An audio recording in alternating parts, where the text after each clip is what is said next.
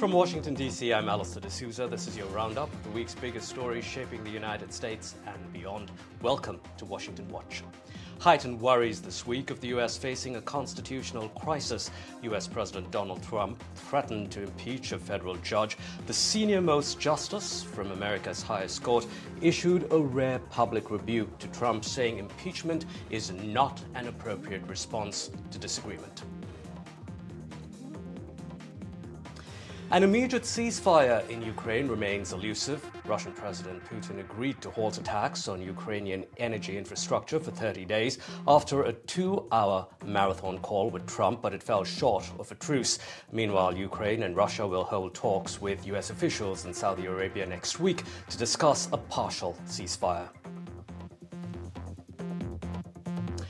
Fresh unease over individuals who are legally in the U.S. being deported. The latest target, an Indian national on a student visa who's a researcher at Georgetown University. A federal judge has blocked his deportation.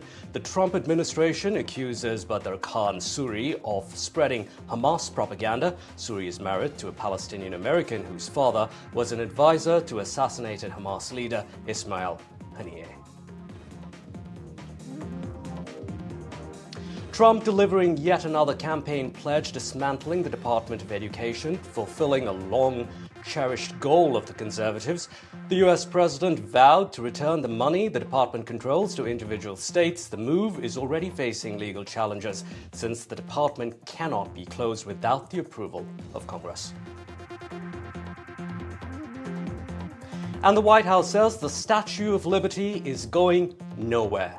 A French politician demanded Washington return the iconic statue, saying the U.S. does not deserve it. The Trump administration's rebuke grabbed global headlines after it said France would be speaking German without U.S. support in World War II.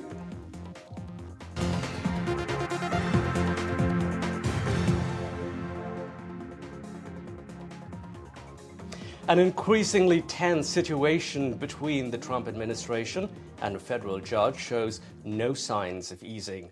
Judge James Boasberg on Thursday appeared to move closer to holding officials in contempt.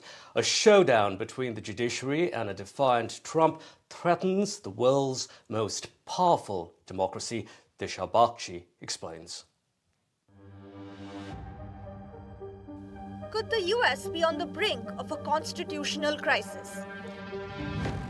Early signs indicate a showdown is underway between the executive and the judiciary after US President Donald Trump clashed with Supreme Court Chief Justice John Roberts over the president's call to impeach a judge who ruled against his administration over deportations.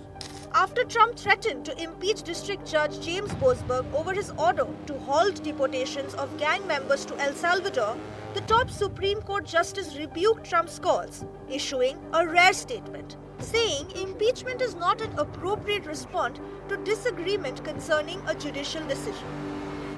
In an extraordinary situation in Washington, the President of the United States and the Chief Justice of the Supreme Court appear to be in open conflict right now. This is an extremely rare situation.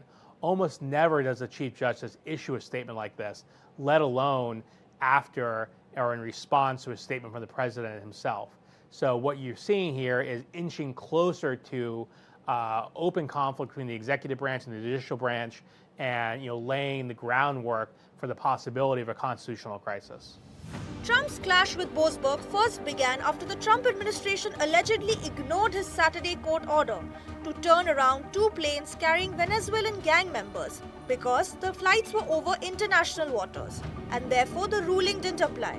A rare and controversial move that has landed the administration in trouble.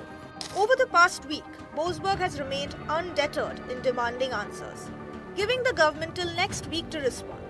However, the Justice Department has been resisting his questions, saying the court should drop its grave encroachments into the authority of the executive branch. The White House too accused Boasberg of trying to usurp powers of the presidency. It's essential the Supreme Court crack down and stop this assault on our democracy from these radical, rogue judges that are usurping the powers of the presidency and laying waste to our entire constitutional system. Apart from Trump, many House Republicans too are targeting federal judges with impeachment for resisting Trump's orders. House Republicans have threatened to impeach almost a dozen federal judges who have ruled against Trump, a stark break from convention, where judges have so far only been impeached for personal misconduct, graft, or serious criminal offences. The big question that now remains: how far is Trump willing to go to execute his agenda? And will the American democracy survive this? Disha Bagchi for NDTV World. On the campaign trail, Donald Trump promised the largest mass deportation of illegal immigrants to the U.S. that it's ever seen. What many didn't expect is the administration challenging legal immigration. This week, we saw officials try and deport Indian national Badr Khan Suri on a student visa. Suri is a researcher at the prestigious Georgetown University in D.C. A federal judge has blocked Suri's removal. The Trump administration says Suri is spreading Hamas propaganda. Also, Indian PhD student at Columbia University, Ranjani Srinivasan, chose to self-deport after her visa was revoked on March 5th. Srinivasan is accused of being a terrorist sympathizer, but she denies taking part in any protest on the Gaza war. Now, earlier in the month, kidney transplant specialist Dr. Rasha Alwahi, a Lebanese citizen and H-1B visa holder, was deported when she arrived at Boston Airport. She was attending the funeral of Hezbollah leader Hassan Nasrallah in Beirut. Meanwhile, Mohammad Khalil, a green card holder, remains detained. The Columbia University graduate faces deportation for his role in last year's campus protests against the war in Gaza. And German national Fabian Schmidt, also a green card holder, claims he was violently interrogated after a trip from Europe. He had a misdemeanor marijuana charge, which his mother says was dismissed. We're now joined by immigration attorney Alison Kranz to delve deeper into these worrying instances that have been cropping up here in the US. Alison, you've been practicing immigration law for several years. How much has immigration enforcement on, say, H-1Bs, student visas, and green card holders really changed, would you say, in recent weeks? The immigration changes that we're seeing in these particular cases that you mentioned aren't actually impacting the majority of travelers. What we're seeing here is an attempt to intimidate, to create fear, and to encourage those people that have inadmissibility factors in their background to self-deport or not come to the United States in the first place. All right. If an H-1B holder or a student from India or a green card holder returns to the U.S. and are held by immigration officials, can their status be revoked there and there at the airport? What legal recourse would they have at that point in time?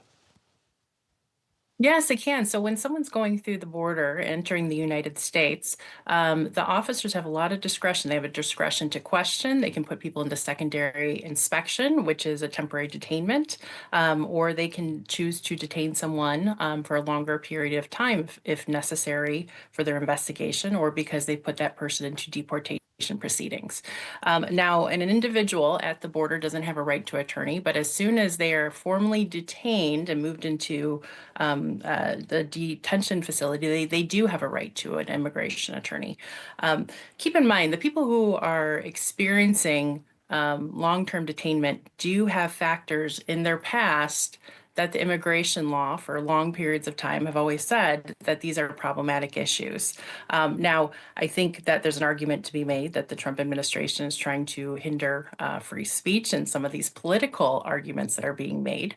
But, you know, people who have histories such as past criminal charges or convictions, if they've overstayed their visa to the United States or other countries in the past, if they engage in certain type of political activities that involve organizations that the U.S. have considered terrorist organizations, they should probably speak to an immigration attorney before entering the United States. But that's the thing really, isn't it, Alison? Today it's about Gaza speaking out against the war.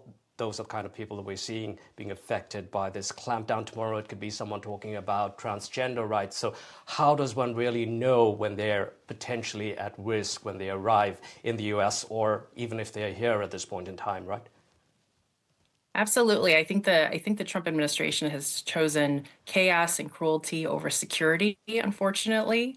And the factors that the U.S. has relied on as these discretionary factors that would be problematic in some cases are being looked at and scrutinized at a higher rate than before. All right. What are you advising people? You know, you have to go about life. You know, people will say things. What are you saying to your clients at this point in time? People here on H-1B visas, we hear people also on green cards for that matter. For people who are already in the United States, we're asking our clients if they've had a change in their work situation since they last received an approval, if they have a green card, if they have any criminal charges or convictions, if they are engaging in political protests in regards to Palestine and Israel, to come and talk to us first before they travel internationally. For those people who have some of those risk factors, we're really saying that you're traveling at your own risk. There are reasons to believe that you could be stopped, you could be questioned, and people have to make individual choices based on their own personal risk factors. Amongst all the cases that we just listed before we came to you, any one of those that really troubles you greatly?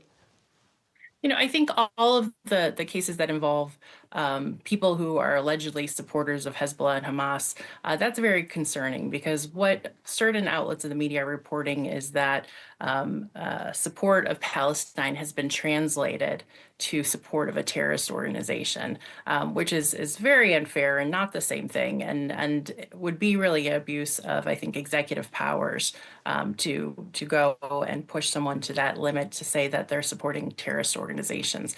That's clearly an attempt to hinder free speech, to create fear, to intimidate, and to cause problems for immigrants in the country. And unfortunately, it seems like it's working. All right, Alison, you know, like we said, you've been doing this for several years now. How alarmed are you on a scale of 1 to 10, 10 being the most alarmed? Yes, I've been practicing immigration law for 17 years, and we've never seen anything like this. This is a very unique situation. It's very unusual, and hopefully the courts will intervene and the court's decisions will be respected, protecting the rights of immigrants. Alison Crowns joining us from Boston. Thank you very much indeed for your time here this morning. Thank you for having me. In other news now, U.S. Border Control have been seizing some unusual contraband lately. Eggs. Authorities along the Mexico border, for instance, have been busting more people smuggling eggs into the U.S. than drugs like fentanyl. Now, egg prices in the U.S. have been sky high. There could be some respite at the end of the month as wholesale prices begin to fall. But here's more on how omelets and egg burji are burning a hole in people's wallets.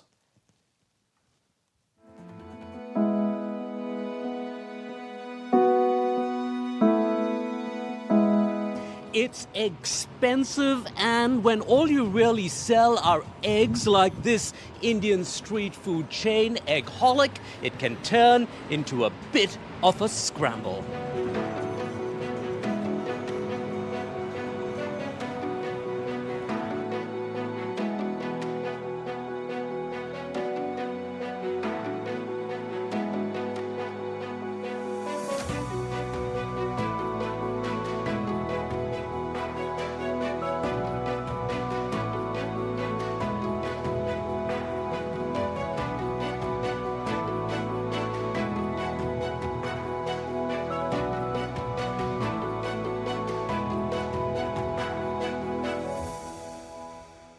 Approval behind me, it says have an egg-cellent day, but it really hasn't been egg-cellent days, has it, with those high egg prices? That's true. It hasn't been excellent day for the businesses. I mean, from last 2 to 3 months that we've been facing the highly significantly amount of the increasing of the egg prices.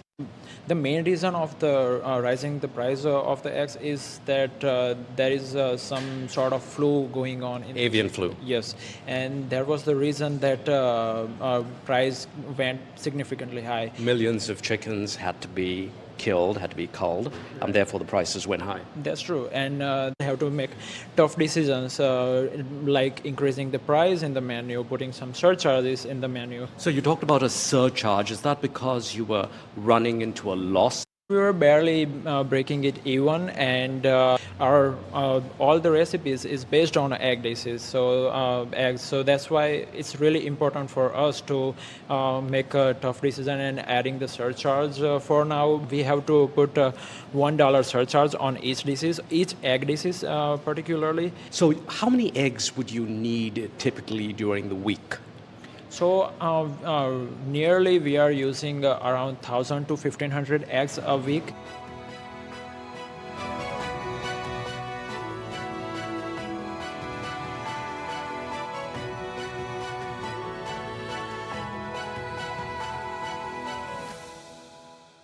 About a year ago, a dozen eggs would cost you about $3 or 250 rupees, but in recent months, depending on where you live, that could have cost you at least 500 rupees or upwards of 1,000 rupees as well. Yeah, I'm feeling the pinch. I'm a student here, and it's definitely had an impact on my budget.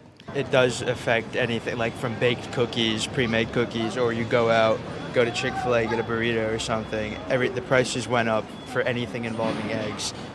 Since we don't have a lot of alternate protein sources, it's Because you're vegetarian.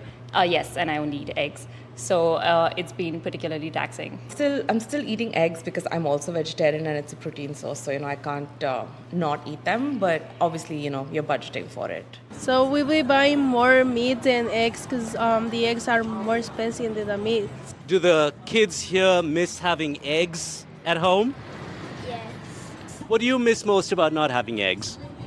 Like eggs and bacon, maybe. You miss not having bacon with eggs.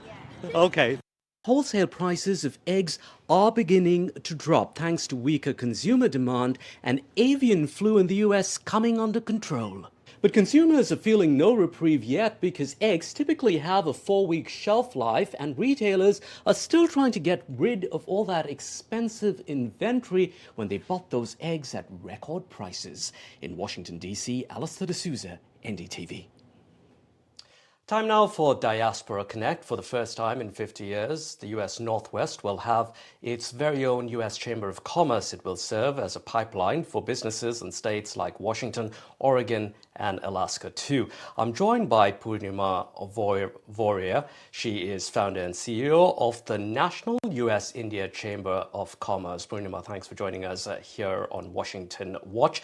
Purnima, the launch of the chamber comes at a critical time. Difficult times for you as well. There is uncertainty with President Trump's threat of those reciprocal tariffs on India. What's the mood right now, would you say, for companies hoping to do business in India?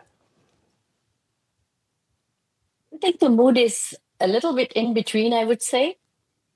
Enthusiastic, but holding back a little bit because these tariff potential trade conflict need to be resolved. And I think they will be on April 2nd. There are some decisions being made with India. And India is also very reciprocal right now, knowing fully well that they benefited from the not having the US tariffs for so long that it's time to pay. But at the same time, I would say that businesses are very focused on India, very much wanting to engage with India and very optimistic about India. The tariffs is something the governments will have to take over.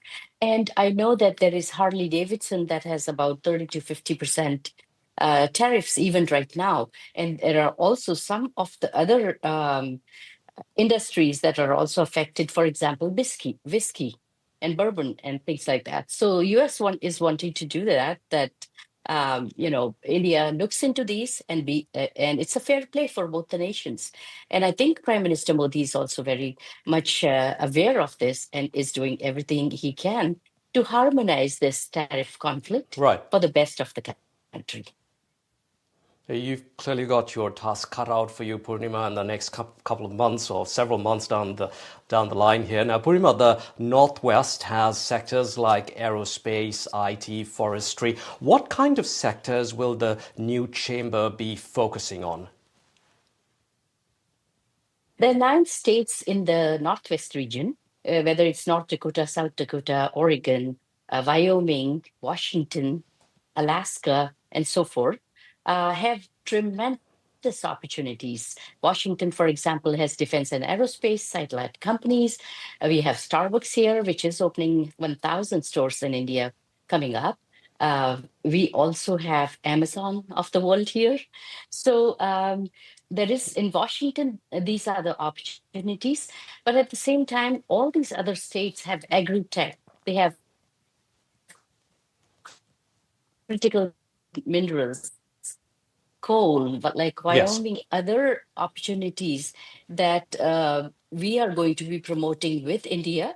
And India is a $200 billion business is happening between US and India. So I think technology, energy, strong people-to-people ties are going to help with this transition. But at the same time, the sectors are mostly in technology, agriculture, energy, manufacturing, all of which are areas of opportunity with India. And Indian businesses also have the same opportunities with the United States. Right. So, Purnima, we're going to have to leave it there, running out of time. Wish you luck with the new chamber. Thank you for your time again here. Right here on Washington Watch.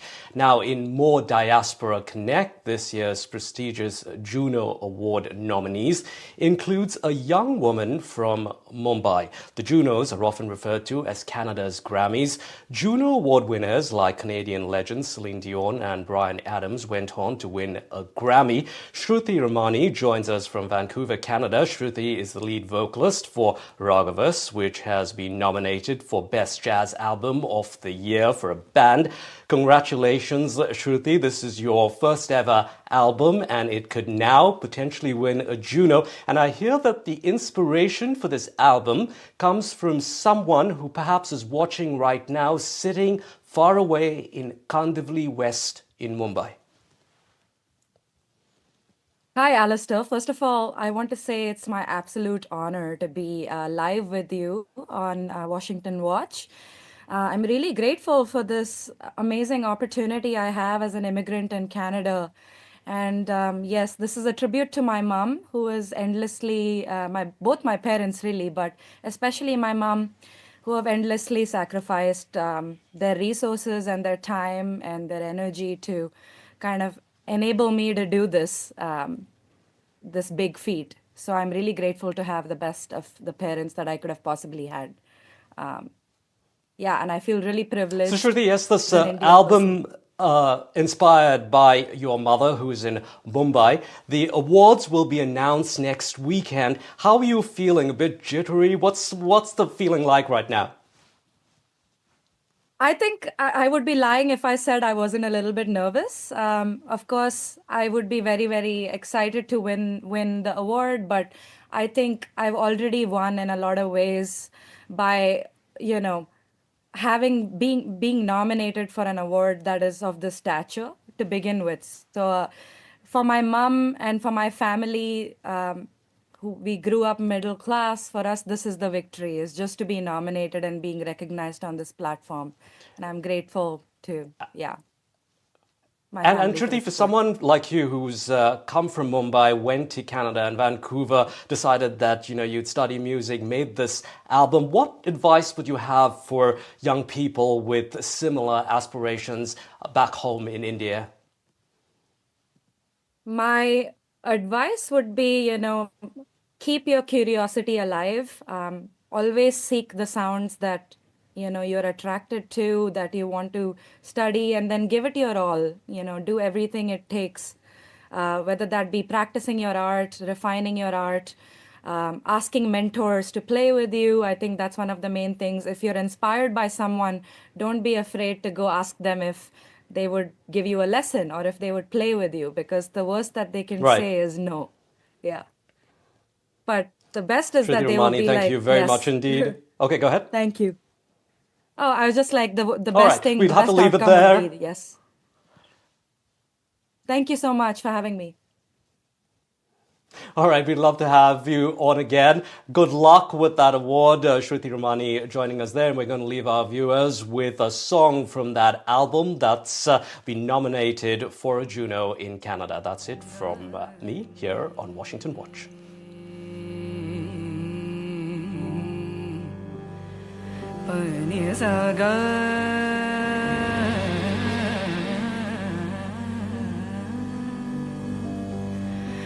Gama